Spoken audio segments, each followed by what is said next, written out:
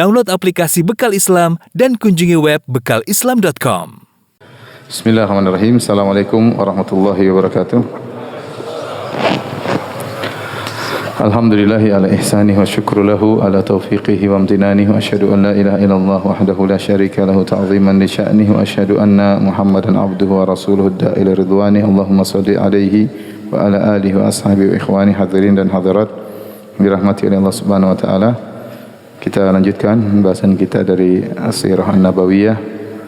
Pada kesempatan malam hari ini kita akan bercerita tentang kisah Islamnya Abdullah bin Salam radhiyallahu taala anhu. Abdullah bin Salam radhiyallahu taala anhu dahulu sebelum beliau masuk Islam adalah seorang ulama dari ulama Yahudi. Tentu dia tahu tentang kabar-kabar akan datangnya nabi terakhir dan dia tahu juga tentang sifat-sifat nabi tersebut karena disebutkan di Taurat, ya. Dan dia menantikan kedatangan nabi tersebut. Dan sudah pernah kita sampaikan di antara sebab kenapa orang-orang Yahudi mereka tinggal di kota Madinah karena mereka tahu bahwasanya nabi terakhir tersebut akan berhijrah ke kota Madinah sehingga mereka menantikan kedatangan nabi tersebut. Ibnu Hisham dalam sirahnya dan juga Ibnu Katsir dalam Al-Bidayah wan Nihayah menyebutkan kisah, ya, tatkala Abdullah bin Salam mendengar datangnya Rasulullah sallallahu alaihi wasallam, maka beliau pun bertakbir mengagungkan Allah Subhanahu wa taala. Tatkala itu, ya, beliau sedang berada di atas pohon korma, sedang memetik buah korma. Maka bibinya yang bernama Khalidah bintul Harith mendengar takbirnya Abdullah bin Salam, yang menunjukkan Abdullah bin Salam gembira dengan datangnya Rasulullah sallallahu alaihi wasallam. Maka bibinya pun marah kepadanya dengan berkata, khayyabakallah, ya, semoga Allah menjadikan engkau merugi, ya. Wallahi law kunta sami'ta bi Musa bin Imran alaihi salam qadiman ma zitta. Demi Allah, seandainya yang datang adalah Nabi Musa alaihi salam, kau tidak akan bertakbir seperti ini, ya. Kenapa Nabi Arab datang engkau apa? Bertakbir. Maka dia berkata, ai ammah, wahai tanteku, wahai bibiku, huwa wallahi akhu Musa ibnu Imran alaihissalam. Sungguhnya yang datang ini Muhammad adalah saudaranya Nabi Musa alaihissalam. Wa ala dinihi, dan juga berada di atas agama Nabi Musa. Bu'itsa bima bu'itsa bihi, dia diutus dengan membawa risalah yang ditugaskan juga kepada Nabi Musa alaihissalam. Qalat ibnu akhi, maka bibinya berkata, tantenya berkata, wahai ponakanku, ahuwan nabiyyul ladzi kunna nukhbaru annahu yub'atsu ma'a nafsi sa'ah? Apakah ini nabi yang kita dikabarkan bahwasanya dia akan diutus, nabi terakhir yang kalau setelah dia diutus akan terjadi hari kiamat? Qala na'am, kata Abdullah bin Salam, iya benar. Faqalat fadzaka idzan, maka bibinya berkata, kalau begitu benarlah, ya, nabi tersebut. Dalam hadis yang lain dalam riwayat Imam Ahmad, ya, dan juga Tirmidzi, Ibnu Majah dengan sanad yang sahih dari Abdullah bin Salam. Jadi waktu Nabi datang, ya, setelah masuk kota Madinah, maka Abdullah bin Salam ingin mengecek langsung Nabi sallallahu alaihi wasallam. Kenapa? Karena berita santer bahwasanya Muhammad adalah pendusta.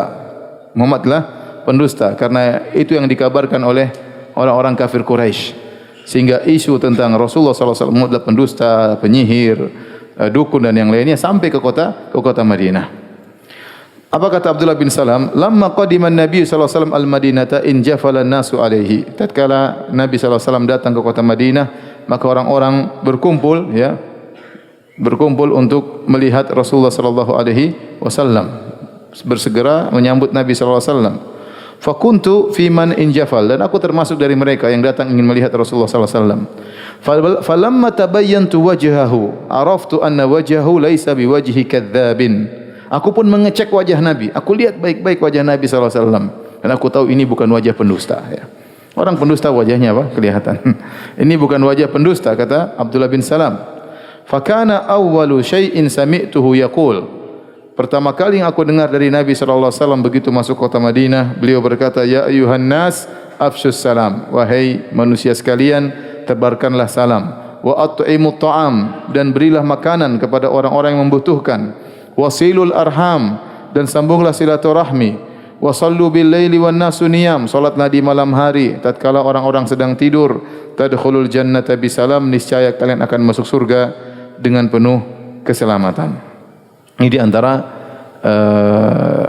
dakwah Nabi pertama kali yang didengar oleh Abdullah bin Salam. Nabi menyuruh untuk menebarkan salam, memberi makan kepada fakir miskin, menyambung silaturahmi, dan salat malam tatkala orang-orang sedang tidur, maka niscaya akan menjadikan seorang masuk dalam surga dengan penuh keselamatan. Abdullah bin Salam bercerita, maka aku pun mendatangi Rasulullah sallallahu alaihi wasallam. Maka aku berkata kepadanya, "Inni sa'iluka an thalathin la ya'lamuhunna illa nabi." Aku akan bertanya kepada engkau, dia berkata kepada Nabi sallallahu alaihi wasallam, aku akan bertanya kepada engkau tentang 3 perkara yang tidak ada tahu jawabannya kecuali seorang nabi. Ma awalu asyratis sa'ah. Apa tanda pertama kali tanda-tanda hari kiamat? Ini yang pertama. Yang kedua, wa ma awalu ta'amin ya'kuluhu ahlul jannah. Apa pertama kali makanan yang dihidangkan di surga yang dimakan oleh penghuni surga? Kemudian pertanyaan ketiga, wa min ayyi syai'in yanzi'ul waladu ila abihi wa min ayyi syai'in yanzi'u ila akhwalihi. Ya, bagaimana seorang anak bisa mirip dengan bapaknya, ya, atau mirip dengan om-omnya, ya. Maka Rasulullah SAW berkata,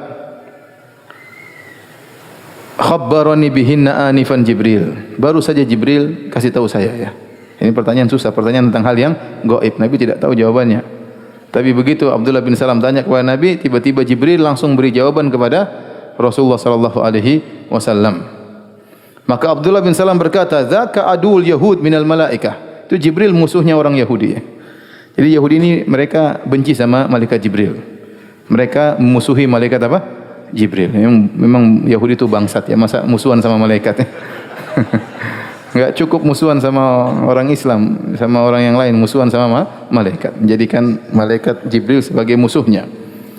Dia tidak memusuhi seluruh malaikat, tapi yang dimusuhi terutama malaikat siapa? Jibril. Mereka jengkel sama malaikat Jibril. Faqala Rasulullah sallallahu alaihi wasallam, maka Rasulullah SAW menjawab pertanyaan tersebut, amma awwal asyratis sa'ah fanarun tahsyurun nasa minal masyriq ilal maghrib. Adapun pertama kali tanda-tanda hari kiamat, yaitu yang menjelang tanda hari kiamat besar, menjelang terjadi hari kiamat, yaitu api yang keluar kemudian mendorong manusia, ya, dari timur menuju barat. Ada api yang membuat manusia akhirnya tergiring dari timur menuju barat. Ini tanda jawaban pertanyaan pertama. Jawaban pertanyaan kedua, wa amma awwalu ta'amin ya'kuluhu ahlul jannah fa ziyadatu kabidi hutin. Adapun makanan pertama kali yang akan dimakan oleh penghuni surga adalah tambahan hatinya ikan paus, ya. Jadi disebutkan ikan paus itu ada hatinya, ada semacam tambahan di hati tersebut, entah mungkin daging tambahan, ya. Itu yang akan pertama kali, bukan hatinya tapi daging tambahan tersebut yang akan dimakan oleh penghuni surga di surga, ya. Tetapi tentunya tidak sama antara daging di surga dengan daging di mana? Di dunia. Tetapi seperti itulah hidangan pertama kali yang akan dimakan oleh penghuni surga. Wa amma syabahu fil walad, adapun kemiripan dalam anak, pertanyaan ketiga, jawabannya fa innar rajula idza ghasyal mar'ata fasabaqaha ma'uhu kana syabahu lahu. Kata Nabi sallallahu alaihi wasallam, sungguhnya seorang laki kalau dia menggauli istrinya kemudian dia terlebih dahulu ejakulasi, maka kemiripan akan mirip dengan sang lelaki. Wa idza sabaqa ma'uha kana syabahu laha. Adapun kalau sang wanita terlebih dahulu mengeluarkan air maninya, maka akan mirip dengan sang wanita. Mohon maaf para jomblo, ya. Qala Abdullah bin Salam berkata, asyhadu an la ilaha illallah wa asyhadu annaka rasulullah. Aku bersaksi bahwasanya tidak ada sembahan yang berhak disembah kecuali Allah, dan aku bersaksi bahwasanya engkau adalah utusan Allah. Abdullah bin Salam berkata radhiyallahu anhu, faqultu lir Rasul, aku berkata kepada Nabi sallallahu alaihi wasallam, ya Rasulullah, innal yahuda qaumun buht. Ya Rasulullah, sungguhnya orang-orang Yahudi itu adalah kaum pendusta, adalah kaum dia mengerti tentang kaumnya. Dia orang Yahudi dan dia ulamanya Yahudi dan dia tahu tentang masyarakat Yahudi, dan dia bilang kepada Nabi, sungguhnya orang-orang Yahudi itu kaum pendusta. Wa innahum in ya'lamu bi islami yabhatuni indak kalau mereka tahu aku masuk Islam, mereka akan berdusta atasku di sisimu. Mereka akan bohong tentang aku, bikin berita hoaks tentang aku di sisimu. Ya, kalau mereka tahu aku masuk Islam. Fa arsil ilaihim fas'alhum anni. Maka ya Rasulullah, utuslah seorang utusan untuk bertanya kepada orang Yahudi tentang siapa aku. Karena orang Yahudi belum tahu kalau Abdullah bin Salam masuk Islam. Sementara Abdullah bin Salam terkenal ulama mereka. Akhirnya ada datang utusan Nabi bertanya kepada orang Yahudi. Ayu rajulin Abdullah bin Salam fikum? Siapakah Abdullah bin Salam ini? Menurut kalian siapa dia? Bagaimana nilainya di antara kalian, di sisi kalian? Ya. Maka akhirnya Rasulullah SAW mengutus utusan untuk bertanya, ya, pertanyaan tersebut. Ayu rajulin Abdullah bin Salam fikum? Siapakah Abdullah bin Salam di sisi kalian? Qalu, maka apa jawaban orang Yahudi? Khairuna wa ibnu khairina. Dia adalah orang terbaik di antara kami dan bapaknya juga adalah orang terbaik. Dia adalah orang terbaik, anaknya orang terbaik. Wa alimuna ibnu alimina. Dia orang alim di antara kami, anaknya orang alim di antara kami. Wa afqahuna wa ibnu afqahina. Dan dia orang yang paling faqih tentang fikih, tentang paham agama, dan anaknya orang yang paling faqih di antara kami. Bayangkan 3 pujian. Khairuna ibnu khairina, orang terbaik di antara kami, putranya orang terbaik di antara kami. Alimuna ibnu alimina, orang alim di antara kami dan anaknya orang yang alim di antara kami.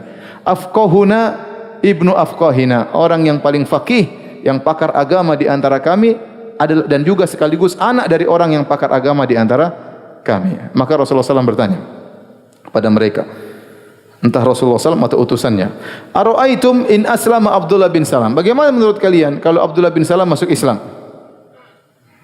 Pertanyaan mematikan. Kalau dia masuk Islam bagaimana? Mereka enggak ada jawaban. Kata mereka, a'adzahullahu min dzalik. Semoga Allah melindunginya dari masuk Islam. Jangan saya masuk Islam. Fa'ada alaihim. Rasul ulang lagi. Bagaimana menurut kalian kalau dia masuk Islam? Mereka hanya berkata, semoga Allah melindunginya, jangan sampai dia masuk Islam. Tatkala sedang diskusi gitu dan mereka sudah terlanjur mengakui kehebatan Abdullah bin Salam, fa kharaja ilaihim Abdullah bin Salam, maka Abdullah bin Salam pun keluar, faqala, di depan mereka dia berkata terang-terangan, asyhadu an la ilaha illallah wa anna Muhammadan Rasulullah. Dia bilang, wahai kaumku, aku bersaksi tidak sembah yang berhak disembah kecuali Allah dan Muhammad ini adalah apa? Utusan Allah. Mereka langsung komentar, syarruna ibnu syarrina. Ini orang terburuk di antara kami, putranya orang terburuk di antara kami. Jahiluna ibnu jahilina, orang bahlul di antara kami dan putranya orang bahlul di antara kami. Kata Abdullah bin Salam, hadzal ladzi kuntu atakhawwafu minhum. Inilah yang aku khawatirkan dari mereka. Mereka pendusta, ya. Mereka pendusta. Ini hadis riwayat Al-Imam Al-Bukhari. Maka turunlah firman Allah Subhanahu wa taala tentang Abdullah bin Salam, "Qul ara'aitum in kana min 'indillahi wa kafartum bih wa syahida syahidun min bani Israil ala mithli fa amana wastakbartum innallaha la yahdil qaumadz zalimin." Katakanlah, bagaimana menurut kalian kalau ini datang dari sisi Allah dan kalian kufur terhadap apa yang datang dari sisi Allah? Padahal di antara kalian ada yang menjadi saksi dari Bani Israel, itu Abdullah bin Salam, atas kebenaran apa yang dibawa oleh Muhammad SAW. Dia beriman dan kalian sombong. Sungguhnya Allah tidak memberi petunjuk kepada orang-orang yang zalim. Inilah kisah Islamnya Abdullah bin Salam radhiyallahu taala anhu, dan langka orang Yahudi masuk apa? Islam. Kenapa langka? Karena mereka fanatik dengan suku mereka. Mereka menganggap bahwasanya hanya suku mereka yang terpilih, hanya suku mereka yang terpilih. Ya, apalagi semakin belakangan semakin parah. Ya, mereka menyangka bahwasanya seluruh suku di alam semesta ini diciptakan untuk melayani suku Yahudi. Dan mereka menyangka tidak ada yang bisa masuk surga kecuali orang-orang Yahudi. Ya. Jadi mereka merendahkan suku-suku selain suku Yahudi. Oleh karena yang masuk Islam jarang di antara mereka. Nabi berdakwah lama. Di sisi mereka berkhianat, mereka berdusta. Hanya segelintir kecil yang beriman kepada Rasulullah sallallahu alaihi wasallam, di antaranya Abdullah bin Salam radhiyallahu anhu. Adapun keutamaan Abdullah bin Salam maka banyak, di antaranya diriwayatkan oleh Imam Al-Bukhari, Imam Muslim dari Sa'ad bin Abi Waqqas radhiyallahu ta'ala anhu, "Ma sami'tu an-nabiy sallallahu alaihi wasallam yaqulu li ahadin yamshi 'alal ard innahu min ahlil jannah illa li Abdullah bin Salam." Aku tidak pernah mendengar dari Nabi sallallahu alaihi wasallam pernah menyatakan orang yang sedang berjalan masih hidup di atas muka bumi dia penghuni surga kecuali Abdullah bin Salam. Tentu Nabi pernah bilang juga yang lain, tapi yang didengar langsung oleh Sa'ad bin Abi Waqqas bahwasanya Nabi pernah mengatakan si fulan masuk surga, si fulan penghuni surga dan dia masih hidup kecuali Abdullah bin Salam. Qala wa fihi nazalat hadhil ayah, dan pada Abdullah bin Salam turunlah firman Allah yang tadi kita baca, wa syahida syahidu min bani Israil ala mithlih, bahwasanya seorang dari Bani Israel telah menjadi saksi akan benarnya apa yang dibawa oleh Nabi sallallahu alaihi wasallam. Kemudian juga diriwayatkan oleh Ibn Hibban dan Al-Hakim dan juga Imam Ahmad dengan sanad yang hasan dari Sa'ad bin Abi Waqqas dalam riwayat yang lain, dia berkata, "Anna Nabi sallallahu alaihi wasallam utiya bi qas'ah fa asabna minha." Rasulullah SAW didatangkan piring besar, ya, tempayan isi makanan, lalu kami makan dari piring tersebut, makan rame-rame berjamaah. Fa fadalat fadlatun, kemudian kami sudah makan masih ada sisa. Masih ada sisa dari piring besar tersebut. Faqala, maka Rasulullah SAW berkata, "Yatlu'u rajulun min hadzal fajji," ya, ya'kulu hadhil fadla min ahlil jannah. Akan lewat seseorang dari al-fajj, itu jalan agak lebar, dia akan lewat jalan ini dan dia penghuni surga dan dia akan makan dari sisa makanan ini. Para sahabat nunggu siapa yang datang ini. Dia datang makan makanan, berarti penghuni apa? Surga. Qala Sa'ad, kata Sa'ad bin Abi Waqqas radhiyallahu anhu, "Wa kuntu taraktu akhi Umairan yatatahharu." Tadi aku tinggalkan saudaraku Umair, dia sedang berwudu. Ya, aku berkata dalam hatiku, huwa akhi, berarti yang dimaksud Nabi adalah saudaraku. Dia tadi berwudu, sebentar lagi dia datang makan sisa. Faja Abdullah bin Salam faakalaha. Ternyata yang datang siapa? Abdullah bin Salam. Kemudian makan dari sisa makanan di piring tersebut. Ini dalil bahwasanya Abdullah bin Salam telah di apa namanya? Jangan divonis kasar ya, dia apa? Dia apa? Dijamin, ditetapkan bahwasanya dia penghuni surga. Demikian juga dari Yazid bin Umairah, dia berkata, "Lamma hadara Mu'adz bin Jabal al-maut." Tatkala Mu'adz bin Jabal radhiyallahu anhu, seorang sahabat yang sangat faqih, akan meninggal dunia, qila lahu, maka ditanyakan kepadanya, "Ya Aba Abdurrahman, ausina, wahai Mu'adz bin Jabal, berilah wasiat kepada kami." Qala ajlisuni, dudukkan aku. Dia sudah mau meninggal, enggak kuat, dudukkan aku. Qala innal ilma wal iman makanahuma man ibtagahuma wajadahuma, yaqulu dzalika thalatha marrat. Ya. Kata dia bahwasanya ilmu dan iman, ya, itu memiliki kedudukan, barang siapa yang mencari ilmu dan iman dia akan mendapatkannya. Dia mengucapkan 3 kali. Kemudian dia berkata, "Faltamisul ilma inda arba'ati rahtin." Carilah ilmu dari 4 orang. Inda Umaymir Abi Darda, carilah ilmu dari Abu Darda, kata Mu'adz bin Jabal.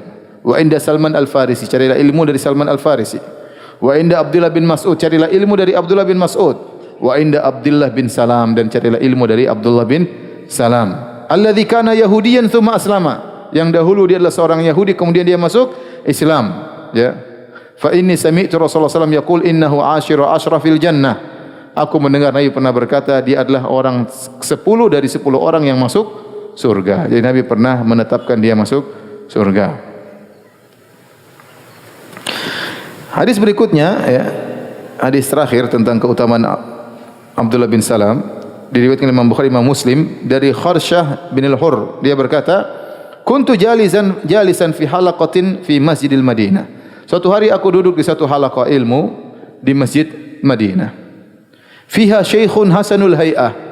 Di halaqah tersebut, majelis tersebut ada seorang yang sudah tua dan penampilannya bagus, ya. Huwa Abdullah bin Salam, dia adalah Abdullah bin Salam radhiyallahu anhu. Faja'ala yuhaddithuhum haditsan hasanan, maka Abdullah bin Salam pun menyampaikan hadis kepada orang-orang yang hadir di situ. Falamma qama, tatkala beliau berdiri, qala al-qaum, orang-orang berkata. Jadi Abdullah bin Salam penghuni surga ini masyhur di para tabi'in yang tinggal di kota Madinah. Mereka tahu bahwa Abdullah bin Salam telah divonis oleh Nabi masuk apa? Surga. Maka orang-orang berkata waktu Abdullah bin Salam berdiri meninggalkan majelisnya, orang-orang berkata, "Man sarrahu an yanzura ila rajulin min ahli jannah falyanzur ila hadza." Barang siapa yang ingin melihat seorang penghuni surga, lihatlah Abdullah bin Salam. Qultu wallahi la atba'annahu fala a'lamanna makana baitihi. Kata Khars bin Al-Hurr ini, demi Allah aku akan mengikutinya, akan mengekorinya, dan aku demi Allah akan tahu di mana tempat rumahnya. Fatabi'tuhu, maka aku pun mengekori Abdullah bin Salam. Fantalaqa hatta kada an yakhruja minal Madinah. Ternyata rumahnya jauh di penghujung kota Madinah. Terus dia jalan diikuti terus oleh orang ini, tabi'in ini. Sampai di penghujung kota Madinah dan hampir keluar dari kota Madinah. Thumma dakhala manzilahu, kemudian dia masuk dalam rumahnya. Fasta'dzantu alaihi fa'adzina li. Kemudian aku minta izin untuk ketemu dengannya dan dia pun izinkan untuk bertemu dengannya. Qala ma hajatuka ya ibna akhi? Apa urusanmu wahai saudaraku? Mau ketemu saya. Qultu inni sami'tul qauma yaquluna lak. Aku mendengar tadi orang-orang berbicara, ya. Mereka berkata, tatkala engkau pergi tadi, mereka bilang, barang siapa yang ingin melihat kepada seorang penghuni surga, lihatlah kepada engkau. Fa'ajabani an akuna ma'ak. Maka aku senang aku bisa bersama engkau. Maka Abdullah bin Salam berkata, Allahu a'lam bi ahlil jannah. Ini tawadhu'nya. Kata dia, Allah lebih tahu tentang siapa penghuni surga. Dia tidak bilang, oh iya benar, itu memang saya memang. Saya gandeng kamu ke surga nanti, tenang aja. Enggak. Sa'uhaddithuka mimma qalu dzakar. Tapi dia sudah harus menyampaikan hadis, dan itu hadis terkenal di kalangan para sahabat. Bukan dia juga yang menyampaikan, Sa'ad bin Abi Waqqas menyampaikan, sehingga masyhur bahwa ini penghuni surga. Maka dia cerita tentang hadis tersebut. Ini ilmu harus disampaikan. Dia berkata, inni bainama ana naim, suatu hari aku sedang tidur, id atani rajulun faqala likum, tiba-tiba ada seorang datang dalam mimpinya, kemudian berkata, berdirilah, bangkitlah wahai Abdullah bin Salam. Fa akhadha bi yadi fantalaqtu ma'ahu, maka dia pegang tanganku, aku pun berjalan dengan dia. Fa idza ana bi jawada an shimali, tiba-tiba ya aku melihat di sampingku ada jalan sebelah kiri, ada jalan yang sebelah kiri, jalan yang jelas, yang mudah dilewati, ya. Fa akhadtu li akhudha fiha, maka aku ingin lewat jalan kiri tersebut. Faqala li, orang ini menegur, dia berkata, la ta'khudh fiha, jangan kau jalan lewat situ. Fa innaha turuqu ashabi shimal, sungguhnya itu jalan orang-orang penghuni neraka jahanam. Ashabus shimal itu orang-orang yang golongan kiri. Fa idza jawadun manhajun an yamini, kemudian tiba-tiba ada jalan yang jelas, ya, di sebelah kananku. Faqala li khudhha huna, lewat situ aja. Kemudian aku pun melewati jalan kanan tersebut. Fa atabi jabalan, kemudian dia bawa aku, jalan tersebut membuat aku menuju kepada suatu gunung.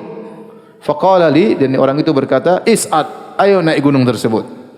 Faja'altu idza aradtu an as'ad kharartu ala isti. Setiap aku mau naik di atas gunung tersebut, aku terjatuh, jatuh di bawah, di bokongku, jatuh terduduk. Setiap mau naik lagi, jatuh terduduk. Hatta fa'altuhu miraran, aku lakukan berulang-ulang, tidak mampu naik gunung tersebut. Tsumma intalaqa bi hatta atabi amudan. Kemudian orang itu bawa aku berjalan lewat jalan kanan tersebut sampai aku melihat suatu tiang yang tinggi, ra'suhu fis sama' wa asfaluhu fil ardi. Ini mimpi, ya. Di mimpi. Dia melihat tiang yang tinggi, ujung tiang tersebut di langit, sementara bawahnya di bumi. Wa fi a'lahu halaqatun, dan di ujung tiang tersebut ada semacam bundaran, halaqah, semacam ring besar. Faqala li, maka orang ini berkata, is'ad fawqa hadha, naiklah di atas amud ini, di atas tiang ini. Faqultu kaifa as'adu hadha wa ra'su fis sama', ya. Aku berkata, bagaimana aku bisa naik, ya, di atas tiang ini sementara ujungnya di langit. Fa akhadha bi yadi fa zahala bi, kemudian dia pegang tanganku, kemudian dia bawa aku. Fa idza ana muta'alliqun bil halaqah, tiba-tiba aku sudah di ujung dan aku bergantung di ring tadi, aku bergantung di ring tersebut. Tsumma darabal amud fa kharra fa baqitu muta'alliqan, kemudian dia memukul tiang tadi, tiang tersebut jatuh sementara aku masih tetap bergantung di atas ring tersebut. Hatta asbahtu, sampai akhirnya aku bangun tidur di pagi hari. Fa ataitu nabiyya sallallahu alaihi wasallam fa qassastuha alaihi, aku pun datang kepada Nabi, aku ceritakan mimpiku yang aneh tersebut kepada Nabi sallallahu alaihi wasallam. Maka Nabi menjelaskan, Nabi mentakwil. Kata Nabi, amma tariq alladhi ra'aita an yasarik, adapun jalan yang kau lihat dalam mimpimu sebelah kirimu, fahiya tariqu ashabi shimal, itu jalan-jalan penghuni surga. Wa amma tariqu alladhi ra'aita an yaminik, adapun jalan yang kau lihat di sebelah kananmu, fahiya tariqu ashabil yamin, itu adalah jalan penghuni surga. Yang sebelah kiri jalan penghuni neraka, adapun sebelah kanan penghuni surga. Wa ammal jabalu fahuwa manazilus syuhada, adapun gunung yang kau lihat, yang kau manjat tidak bisa jatuh terus, itulah kedudukannya para syuhada. Kedudukannya para syuhada. Walan tanalahu, dan kau tidak akan meraihnya. Kau tidak akan meraihnya. Ini mukjizat dari Nabi. Abdullah bin Salam meninggal bukan mati syahid. Kata Nabi, kau tidak akan bisa meraih apa? Gunung tersebut. Kau tidak akan sampai di puncak gunung tersebut. Wa ammal amud fahuwa amudul Islam. Adapun tiang yang kau lihat adalah Islam. Wa amal urwa fahiya urwatul Islam. Adapun halaqah yang kau pegang itu adalah ya tali daripada Islam. Walan tazala mustamsikan biha hatta tamut, dan kau akan senantiasa berpegang dengan tali Islam tersebut sampai kau meninggal dunia. Ini dalil bahwasanya Abdullah bin Salam kokoh di atas Islam, namun dia tidak meninggal dalam kondisi mati syahid. Ya, beliau meninggal di Madinah tahun 43 Hijriah di zaman khilafah Muawiyah ibn Abi Sufyan radhiyallahu taala anhum ajma'in. Meninggal di atas tempat tidurnya, bukan meninggal dalam kondisi mati syahid. Ini tadi kisah Abdullah bin Salam radhiyallahu anhu. Kisah berikutnya yang akan disampaikan pada malam hari ini tentang Utsman bin Affan yang membeli sumur rumah. Sumur rumah namanya. Tatkala kaum Muhajirin datang ke kota Madinah, maka mereka kesulitan mendapatkan air. Di zaman tersebut kesulitan mendapatkan air. Dan di antara penghuni Madinah ada seorang dari Bani Ghifar. Dia punya mata air yang dikenal dengan namanya rumah. Mata air tersebut namanya mata air rumah. Di sana di Arab sana mata air dikasih nama mata air ini, mata air ini, mata air ini untuk mudah dikenali. Nah, orang ini memiliki mata air namanya mata air rumah. Dan dia mata air tersebutlah sebagai penghasilannya. Dia jual kirbah dengan 1 mud gandum atau 1 mud korma. Jadi diambil satu tempat air, orang mau beli silakan bayar 1 mud apa? 1 mud korma atau gandum. Faqala lahu Nabi sallallahu alaihi wasallam, Nabi berkata kepadanya, tabi'uniha bi'ainin fil jannah. Maukah kau sedekahkan mata airmu dan akan diganti dengan mata air di surga? Tawaran dari Nabi sallallahu alaihi wasallam. Maka dia tidak menerima tawaran Nabi. Dia berkata, ya Rasulullah, laisa li wala li iyali ghairuha. Ya Rasulullah, aku tidak punya penghasilan kecuali ini. Saya punya anak-anak, saya punya istri, kami tidak punya penghasilan kecuali ini. Maka dia tidak menjualnya kepada Nabi sallallahu alaihi wasallam. Fabalau dzalika Utsman. Maka Utsman mendengar tentang hal tersebut, maka Utsman pun membeli ya, dengan duit ya. Utsman beli dengan 35.000 dirham. 35.000 dirham dibayarkan kepada orang tersebut. Kemudian Umar pun datang kepada Nabi sallallahu alaihi wasallam. Utsman pun beli dengan 35.000 dirham. Kemudian Utsman pun datang kepada Nabi sallallahu alaihi wasallam. Kemudian dia berkata, "Ataj'alu li fiha ma ja'alta lahu?" Qala na'am. Qala Utsman, "Qad ja'altuha lil muslimin." Ya. Apakah kau akan menjadikan bagiku apa yang kau jadikan untuknya? Itu artinya kalau saya hadiahkan mata air ini, maka aku akan dapat mata air di surga? Kata Nabi, iya. Maka kata Utsman, qad ja'altuha lil muslimin. Ini saya infakkan, saya wakafkan untuk kaum muslimin.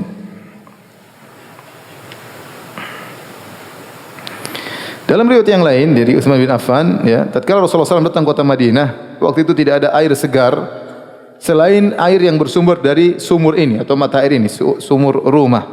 Maka Rasulullah SAW bersabda, "Man yashtari bi'ra rumah fayaj'al dalwahu ma'ada dila'il muslimin bi khairin lahu minha fil jannah." Siapa yang mau menyumbangkan atau membeli sumur rumah tersebut, lantas dia sedekahkan kepada kaum muslimin, maka dia akan mendapatkan ganti yang lebih baik di surga. Maka kata Utsman, aku pun beli dengan uangku dan aku berikan kepada Nabi sallallahu alaihi wasallam. Dalam hadis yang lain dalam Sahih Al-Bukhari, Utsman pernah berkata, Rasulullah SAW bersabda, "Man hafara rumah falahul jannah." Barang siapa yang menggali sumur rumah, bagi dia surga, dan aku pun yang menggali sumur tersebut, ya. Ini kalau tidak salah Utsman sampaikan tatkala dia ingin dibunuh oleh orang-orang di masa pemerintahannya. Dia ingatkan, Rasulullah pernah bilang saya penghuni surga, ya. Sementara kalian ingin apa? Ingin, dia sebutkan tentang apa yang Rasulullah bercerita tentang dia, tapi akhirnya dia tetap dibunuh oleh mereka. Radhiyallahu taala anhu. Taib, ini masih kita cerita tentang awal-awal kejadian yang ada di kota Madinah, awal kedatangan Nabi sallallahu alaihi wasallam ke kota Madinah. Berikutnya yang ada lagi hal yang perlu diketahui di awal kedatangan Nabi di kota Madinah, yaitu perubahan salat. Perubahan salat waktu Nabi Isra Mi'raj, salat diwajibkan 2 rakaat kecuali salat maghrib. Di waktu Nabi masih di Mekah, ya, sekitar beberapa tahun menjelang Nabi berhijrah ke kota Madinah, Nabi dipanggil oleh Allah sehingga Nabi melakukan Isra Mi'raj, kemudian diwajibkan salat 5 waktu. Pertama kali diwajibkan salat duhur 2 rakaat, salat asar 2 rakaat, salat maghrib 3 rakaat, salat isya 2 rakaat, salat subuh 2 rakaat. Semuanya 2 rakaat kecuali salat maghrib. Dan tatkala Nabi sampai di Madinah, maka berubah menjadi 4 rakaat. Ya. Imam Ahmad meriwayatkan dari Aisyah radhiyallahu taala anha, beliau berkata, kana awwalu mafturidha ala Rasulullah sallallahu alaihi wasallam as-shalah, rak'atani. Pertama kali diwajibkan kepada Nabi yaitu salat 2 rakaat ilal maghrib, kecuali maghrib. Fa innaha kanat thalathan. Maghrib sejak awal sudah 3 rakaat. Tsumma atamma Allahu adh-dhuhra wal asr wal isya. Kemudian Allah pun merubah menjadikan salat tersebut menjadi sempurna menjadi 4. Zuhur 4 rakaat, asar 4 rakaat, wal isya al-akhir itu salat isya 4 rakaat. Tatkala sedang mukim fil hadar. Wa aqarra salata ala fardil awal fi safar. Adapun tatkala safar kembali seperti awal. Jadi asalnya salat duhur berapa rakaat? 2 rakaat. Asar berapa rakaat? 2. Maghrib 1,5 bukan 3. Isya 2, subuh 2. Tatkala Nabi pindah ke Madinah, aturan berubah. Yang mukim jadi 4 semuanya kecuali maghrib, kecuali subuh 2 rakaat. Adapun zuhur, asar, isya 4 rakaat. Tapi kalau sedang safar kembali kepada hukum awal. Hukum awal bahwasanya salat itu 2 rakaat ya. Oleh karenanya para ulama mengatakan orang yang sedang safar lebih afdal dia salat 2 rakaat karena Nabi selama safar tidak pernah salat 4 rakaat, selalu salat 2 rakaat. Bahkan ini kembali kepada hukum asal sebelum Nabi berpindah ke kota Madinah. Kemudian juga tatkala Rasulullah SAW sudah tinggal di kota Madinah, sudah bangun Masjid Nabawi, ada sekelompok sahabat dari Banu Salimah. Mereka ingin meninggalkan rumah-rumah mereka, ya, ingin tinggal dekat Masjid Nabawi karena rumah mereka jauh dari Masjid Nabawi. Banu Salimah ini tinggal di penghujung kota Madinah. Mereka ingin dekat dengan Nabi, ingin dekat dengan Masjid Nabawi, ya. Maka Rasulullah SAW khawatir kalau mereka pindah semuanya, pindah rumah dekat Masjid Nabawi, nanti kota Madinah akan kosong, khawatir mudah diserang. Jadi memang harus agak tersebar. Para sahabat ada yang sebelah sana, harus sebelah sana sehingga bisa menjaga keamanan kota Madinah. Maka tatkala mereka ingin menjual rumah mereka yang ada di ujung kota Madinah, kemudian bangun rumah dekat Masjid Nabawi, maka Nabi tidak setuju. Kata Nabi SAW, innalakum bikulli khutwatin darajah. Jangan kalian pindah rumah, biar rumah kalian di situ saja, ya, karena setiap langkah yang kalian langkahkan akan menambah derajat. Bayangkan, pergi pulang berapa langkah diangkat oleh seorang tatkala pergi ke Masjid Nabawi, dan itu akan menambah derajat mereka. Ya. Imam Muslim juga meriwayatkan dari Jabir bin Abdullah. Beliau berkata, arada Banu Salimah an yatahawwalu ila qurbil masjid. Banu Salimah ingin pindah ke tempat dekat Masjid Nabawi. Mereka mendengar ada tempat kosong, siap untuk dibeli, siap untuk dibangun. Maka mereka ingin pindah rumah, kesempatan supaya bisa dekat dengan Masjid Nabawi, dekat dengan Nabi SAW. Maka Nabi tidak setuju. Kata Nabi, ya Bani Salimah, diyarakum tuktab atharukum. Wahai Banu Salimah, tetaplah kalian di rumah-rumah kalian yang jauh tersebut, karena setiap langkah kalian akan dicatat sebagai apa? Pahala. Ya. Akhirnya mereka pun tetap tinggal di rumah mereka dan tidak jadi pindah. Turunlah firman Allah tentang mereka, wa naktubu ma qaddamu wa atharahum. Allah catat bagi mereka amal yang mereka lakukan dan jejak langkah kaki mereka juga dicatat oleh Allah Subhanahu wa taala. Ini dalil bahwasanya kalau orang rumah semakin jauh dari masjid, pahalanya semakin apa? Semakin banyak. Yang penting jangan ketinggalan jamaah. Dan ini dituntut, Nabi ingin seperti ini. Makanya ada seorang sahabat yang rumahnya jauh dari masjid dan dia selalu dan tidak pernah ketinggalan salat di masjid. Sampai ada yang kasih ide, bagaimana kalau kau beli himar, kemudian kau naik himar, kalau musim panas enak, tidak kepanasan jalan, ya dan seterusnya. Kata dia, enggak, saya lebih senang apa? Jalan kaki, dan Nabi membenarkan dia. Oleh karenanya, pada asalnya syariat Islam kalau mudah kita pilih yang mudah, kata para ulama, kecuali ada dalil yang mengkhususkan. Contohnya pergi ke masjid, usahakan jalan apa? Kaki. Kalau antum punya motor, usahakan jalan kaki. Ya, kecuali terlalu jauh, lain cerita ya. Kalau terlalu jauh kita pergi jalan kaki, sampai di sana kita mau sholat maghrib, sholat isya sudah selesai. Kalau terlalu jauh maka kita naik mobil.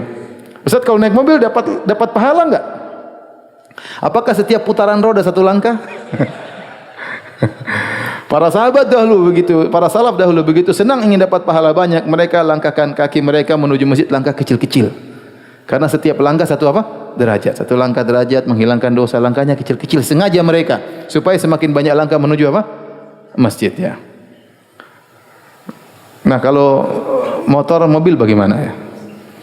Syekh Utsaimin berkata, seandainya seorang ada uzur ya, misalnya terlalu jauh atau sakit, tidak bisa jalan atau ada uzur, ya, maka insya Allah setiap roda mengangkat apa? Derajat. Makanya rodanya kecil-kecil aja, jangan besar-besar. Rahimahullah. Tapi asalnya seorang jalan. Seorang jalan ya. Setiap langkah. Itu makanya kalau antum misalnya kerja di Jakarta di bangunan-bangunan ada masjid, antum turun naik lift, berusaha jalannya. Tiap hari 5 waktu atau tiap hari di kantor 3 waktu. Luar biasa, pahala banyak ya. Setiap langkah mengangkat derajat dan mengurangi apa? Dosa. Kalau seorang berjalan ternyata masjidnya 100 meter. 100 meter itu dia langkah kaki mungkin 200 kali ya. Bolak-balik 400 kali. Berarti dia sekali pergi masjid dia dapat 400 apa? Derajat. Dihapuskan dosa-dosanya 400. Dan ini nikmat yang luar biasa. Bagaimana kalau itu ternyata sampai setahun? Bagaimana kalau selama puluhan tahun dia seperti itu? Dia tidak terasa ternyata setiap hari derajatnya ditambah oleh Allah Subhanahu wa taala. Maka merugi orang yang tidak salat ke masjid, tidak berjamaah di masjid. Apalagi kalau di masjid pahala 27 kali lipat, luar biasa ya. Oleh karena seorang ikhwan laki-laki jangan malas-malasan ke masjid. Ini juga dalil kata para ulama, boleh seorang sengaja pergi ke masjid yang lebih jauh. Sebenarnya lama mengambil dalil, seorang sengaja pergi boleh ke masjid lebih jauh terutama kalau ada masalah tertentu. Selama tidak menimbulkan apa? Fitnah. Selama masjid yang dekat tetap makmur, maka dia boleh pilih masjid yang lebih jauh. Misalnya sana imamnya lebih enak misalnya, ya dia sengaja supaya pahala langkah kakinya lebih apa? Lebih banyak ya. Dengan syarat jangan sampai masjid yang dekat akhirnya mu'attal tidak dirawat, tidak ada yang ngisi, maka tidak makmur, maka tidak boleh. Taib, kita yang terakhir tentang masalah orang-orang Yahudi. Jadi Yahudi ya, sebagaimana saya sampaikan, orang Yahudi mereka tahu tentang kebenaran Nabi sallallahu alaihi wasallam dan mereka sengaja tinggal konsentrasi di kota Madinah menanti kedatangan Nabi terakhir. Maka di sana ada 3 suku besar di kota Madinah, yaitu Bani Qainuqa yang tinggal di tengah kota Madinah dan dia adalah hulafa'nya suku Al-Khazraj. Dan kemudian ada 2 suku lagi, Bani Nadir dan Bani Quraidah. Bani Nadir dan Bani Quraidah tinggal di awali Madinah, itu di daerah dekat Kuba. Ya, mereka tinggal di situ. Dan mereka adalah hulafa'nya suku Al-Aus. Saya ulangi, kaum Ansar terdiri atas 2, suku Al-Khazraj yang dipimpin oleh Sa'ad bin Ubadah dan suku Al-Aus dipimpin oleh Sa'ad bin Mu'adz. Ini 2 suku yang tatkala bergabung menjadi namanya kaum Ansar. Ketika Islam belum datang, 2 suku ini bertengkar, perang saudara. Suku Aus dan suku Khazraj. Nah, suku Khazraj mereka bersekutu dengan Bani Qainuqa untuk menyerang saudara mereka, suku Aus yang bersekutu dengan Bani Nadir dan Bani Quraidah. Intinya di kota Madinah ada 3 kabilah besar, yaitu Bani Qainuqa, Bani Nadir dan Bani Quraidah. Yang pertama diusir oleh Nabi adalah Bani Qainuqa, kemudian mereka berkhianat yang pertama kali, kemudian pengkhianatan berikutnya dilakukan oleh Bani Nadir, diusir, dan pengkhianatan yang paling berbahaya Bani Quraidah yang diperangi oleh Nabi sallallahu alaihi wasallam dalam perang Ahzab, perang Khandaq. Nanti akan kita sampaikan ceritanya di kemudian hari. Intinya orang-orang Yahudi ya, kalau terjadi peperangan di antara mereka dengan suku Aus Khazraj, terkadang mereka ribut, mereka gabung kemudian melawan suku Aus Khazraj, mereka sering sesumbar. Kata mereka, akan datang suatu nabi yang akan bersama kami menghabisi kalian. Selalu mereka ngomong gitu ya.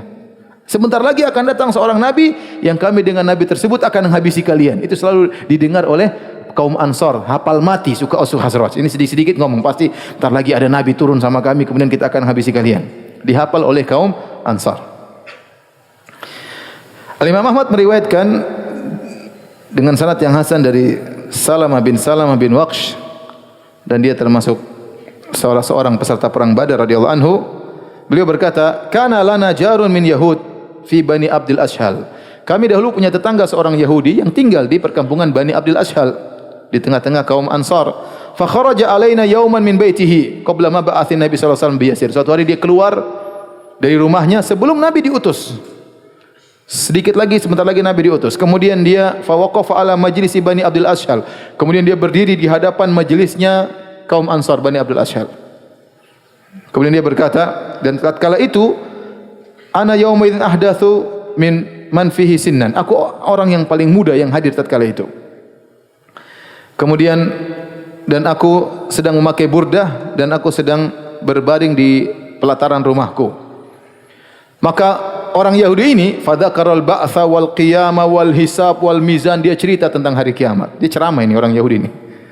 Dia ceramah tentang hari kebangkitan, tentang hari kiamat, tentang adanya hisab, tentang adanya mizan, tentang adanya surga dan neraka, ya. Sementara mereka orang Ansar dahulu, mereka kaum musyrikin, mereka tidak meyakini adanya hari kebangkitan saja tidak ada, apalagi hisab, mizan, surga, neraka, mereka tidak percaya. Kemudian orang-orang Bani Abdul Ashhal yang masih musyrik tatkala itu, mereka bertanya, "Waihaka ya fulan, celaka engkau wahai fulan, wahai Yahudi. Kau melihat ini semua akan terjadi, hari kiamat, kemudian hisab, mizan semuanya. Apakah manusia akan dibangkitkan setelah mereka meninggal, kemudian masuk surga atau masuk neraka? Ya. Apakah mereka akan dibalas atas perbuatan mereka?" Yahudi tersebut jawab, "Na'am, benar." Ustaz ini Yahudi ya. Dia ceramah. Bahkan kata Yahudi ini berkata, "Demi zat yang yang bersumpah dengannya, demi Allah Subhanahu wa taala, seandainya saya disuruh milih, di sini ada tungku api terbesar untuk saya masuki dan saya terbakar, yang penting saya bisa selamat dari neraka jahanam, saya akan lakukan," kata dia. Subhanallah. Kata Yahudi tadi, seandainya ada tungku terbesar di dunia yang siap membakar dengan api terpanas, saya rela untuk masuk di situ, dibakar di dunia, yang penting saya selamat daripada siksaan api neraka. Akhirnya mereka orang-orang Bani Abdul Ashhal, itu kaum Ansar yang masih musyrik, mereka bertanya, "Waihak, wa ma ayatu dzalik?" Celaka engkau, apa dalilnya? Apa dalilnya kau ngomong gitu? Apa buktinya? Kata dia, "Nabiyyun yub'atsu min nahwi hadhil bilad." Wa asyara bi annahu Makkah wal Yaman. Kata dia akan ada datang nabi diutus dari arah sini, yaitu dia tunjuk ke kota Mekah. Akan ada nabi diutus dari arah sini, Mekah dan Yaman, daerah Mekah dan daerah yaitu daerah selatan. Wa mata tarahu, kapan kau bisa lihat nabi tersebut? Maka tiba-tiba Yahudi ini lihat kepada sahabat tadi yang masih kecil, yang pakai burdah, lagi berbaring di depan rumahnya. Kata dia, in yastanfid hadzal gulam umrahu yudrikhu. Seandainya orang ini nanti dewasa, ya, dia akan mendapati nabi tersebut. Kata Salamah yang masih kecil tadi, dia berkata, "Fa wallahi ma dhahaba al-lail wan nahar hatta ba'atha Allah taala rasulahu wa huwa hayyun baina adhhurina." Ternyata tidak lama kemudian Allah utus Muhammad sallallahu alaihi wasallam jadi nabi, dan dia tinggal bersama kami di kota Madinah, bertetanggaan dengan Yahudi tadi. Fa amanna bihi, kami pun beriman kepada nabi tersebut. Wa kafara bihi, ternyata Yahudi tadi, yang ustaz Yahudi tadi, ternyata kafir, tidak beriman kepada Rasulullah sallallahu alaihi wasallam. Fa qulna lahu, kami berkata kepada dia, "Wailaka ya fulan, hai ustaz Yahudi, alasta billadzi qulta lana fihi maku." Bukan kau pernah ceramahin kami begini.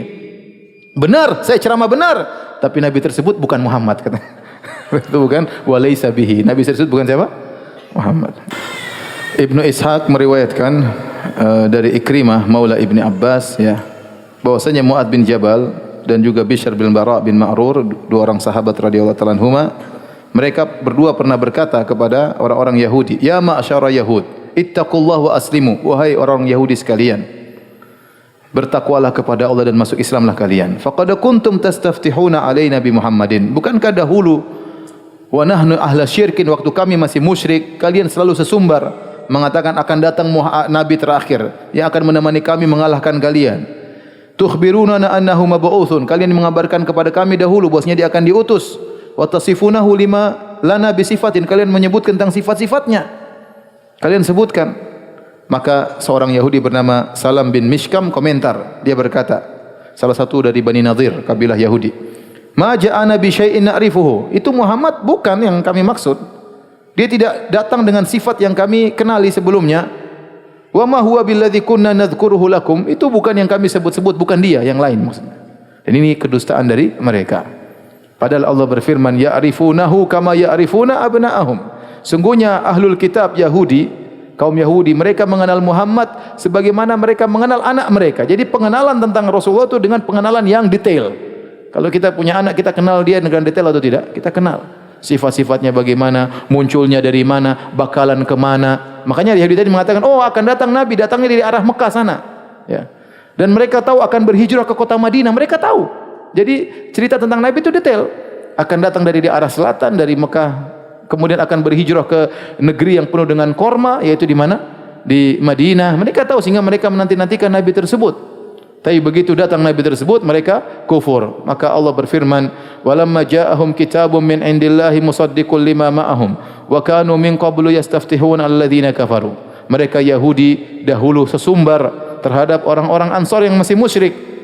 Falamma ja'ahum ma arafu kafaru bih. Tatkala datang yang mereka kenal yaitu Muhammad, mereka kufur kepada Muhammad sallallahu alaihi wasallam. Fala'natullahi 'alal kafirin. Maka laknat Allah terhadap orang-orang kafir. Ibnu Ishaq juga meriwayatkan dari Sofia bintu Huyai bin Akhtab. Sofia istri Nabi sallallahu alaihi wasallam, wanita Yahudi. Ya, istri Ummul Mukminin. Bagaimana kisah dia? Sebelumnya dia beragama Yahudi. Bapaknya Huyai bin Akhtab adalah kepala suku dari Bani Nadir. Dia Sofia An-Nadiriyah. Bapaknya yaitu Huyai bin Akhtab, kepala suku Bani Nadir. Kata Sofia, kuntu ahabba waladi abi ilaihi. Aku adalah anak yang paling disayang oleh bapakku. Wa ila ammi Abi Yasir, dan aku adalah ponakan yang paling disayang oleh pamanku Abu Yasir. Abu Yasir dengan Huyai bin Akhtab. Huyai bin Akhtab bapaknya Sofia, Abu Yasir pamannya Sofia. Lam alqahuma qad ma'a waladin lahuma illa akhadhani dunahu. Setiap kalau mereka berdua ketemu aku ada anak yang lain ditinggal, aku yang dia pegang. Saking sayangnya bapaknya sama pamannya kepada Sofia. Sangat sayang kepada Sofia. Sofia cerita, tatkala Rasulullah SAW datang ke kota Madinah, wa nazala Quba, dan Nabi tinggal di Quba. Tatkala bangun Masjid Quba di Bani Amr bin Auf. Goda alaihi abi Huyai bin Akhtab wa ammi Abi Yasir bin Akhtab. Maka bapakku Huyai bin Akhtab dengan pamanku Abu Yasir bin Akhtab segera menuju kepada Rasulullah sallallahu alaihi wasallam. Mughallisin, pagi-pagi. Mughallisaini, pagi-pagi mereka sudah pergi. Masih baru setelah salat subuh, masih bercampur remang-remang antara gelap dengan terang, remang-remang. Mereka sudah berangkat dari kota Madinah menuju ke Quba, ingin ngecek Rasulullah sallallahu alaihi wasallam. Falam yarji'a hatta kana ma'a ghurubi syams. Mereka lama di Quba, benar-benar ngecek Muhammad sallallahu alaihi wasallam. Pergi pagi, subuh, pulang maghrib. Tatkala mereka pulang maghrib, fa ataya kallaini kasalanaini saqitaini yamshiyaini alhuwaina, maka datang dalam kondisi lemas dua orang tersebut. Lemas, sedih, tidak semangat, padahal perginya semangat. Pas pulang lemas, tidak semangat, kayak orang mau jatuh. Qalat fahashastu ilaihima kama kuntu asna'u. Maka aku bercanda dengan mereka. Ada kabar gembira apa? Sebagaimana biasa kalau aku bertemu dengan mereka berdua. Wallahi maltafata ilayya wahidun minhuma. Ternyata keduanya tidak noleh sama sekali kepadaku. Padahal aku adalah anak yang paling mereka cintai. Kalau ketemu aku pasti diambil, digendong atau dipeluk dan yang lainnya. Ma'ama bihima minal gham, karena saking sedihnya mereka berdua, mereka tidak peduli dengan aku. Wa sami'tu ammi Abi Yasir. Sami'tu ammi Aba Yasir wa huwa yaqul li Abi Huyai bin Akhtab huwa. Aku mendengar mereka berdua berbicara. Pamanku ngomong sama bapakku, itukah dia? Gitu. Itu Nabi yang kita tunggu-tunggu, itukah dia? Kata bapaknya Sofia, na'am wallahi, demi Allah itu Nabi yang kita tunggu-tunggu. Qala ata'rifuhu wa tuthbituhu, benar kau tahu dia itu Nabi yang terakhir? Benar kau yakin itu Nabi yang terakhir yang kita tunggu? Qala na'am, benar itulah Nabi yang kita tunggu. Cuma mereka kecewa, ternyata bukan dari Yahudi, ternyata Arab. Itu yang bikin mereka kecewa semuanya, hancur semuanya. Seandainya itu Yahudi, langsung mereka semangat. Ternyata Nabi terakhir dari mana? Arab. Qala, benar kau yakin itu? Iya benar, itu Nabi terakhir yang kita tunggu-tunggu. Fama fi nafsika minhu, kalau begitu bagaimana sikapmu terhadap Nabi itu? Kata bapaknya Sofia, adawatuhu wallahi ma baqitu. Aku terus memusuhinya selama aku masih hidup. Subhanallah. Yahudi, parah ya. Sudah tahu itu benar, tapi dia tetap melawan. Ya. Oleh karenanya Yahudi memang parah, sifat mereka sangat parah. Hobi mereka adalah membunuh para nabi, ya, maka memusuhi Nabi sallallahu alaihi wasallam adalah perkara sepele. Wong Jibril saja mereka tantang, apalagi Rasulullah sallallahu alaihi wasallam. Taib, ini waktu sudah habis. Insyaallah pertanyaannya simpan aja 2 minggu lagi ya. Sampai di sini kajian kita. Subhanakallah bihamdik asyhadu an la ilaha illa anta astaghfiruka wa atubu ilaik. Assalamualaikum warahmatullahi wabarakatuh.